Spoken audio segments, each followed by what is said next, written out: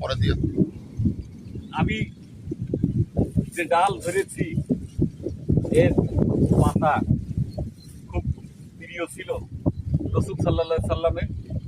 এটা মেহেদি বা মিন যে নামেই বলেন না কেন, একটা ঔষধি গুণ সম্পন্ন বা চুল দাড়ি লাল করার জন্য এটা খুবই প্রয়োজন। এই মেহেদি পাতার রস, এই পাতা আমি উঠাচ্ছি,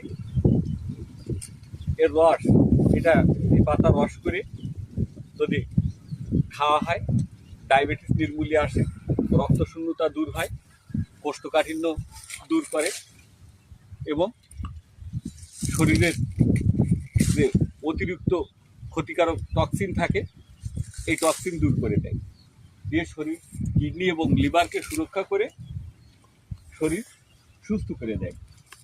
তাই এই রসুল সাল্লাল্লাহু সাল্লাম এই পাতাকে খুবই ভালোবাসতেন। রসুল তার নিজের দাড়ি মোবারকে এই মেহেদি দিয়ে রং করতেন। তাই মেহেন্দি পাতা কত সুন্দর ঔষধি গুণ সম্পন্ন সেটা আমাদের রসুল শিখিয়ে গেছেন। আমি বলবো যে এর ব্যবহার বিধি জেনে আপনারা সেবন করবেন। এটা খুবই চমৎকার একটি ভেষজ। ধন্যবাদ।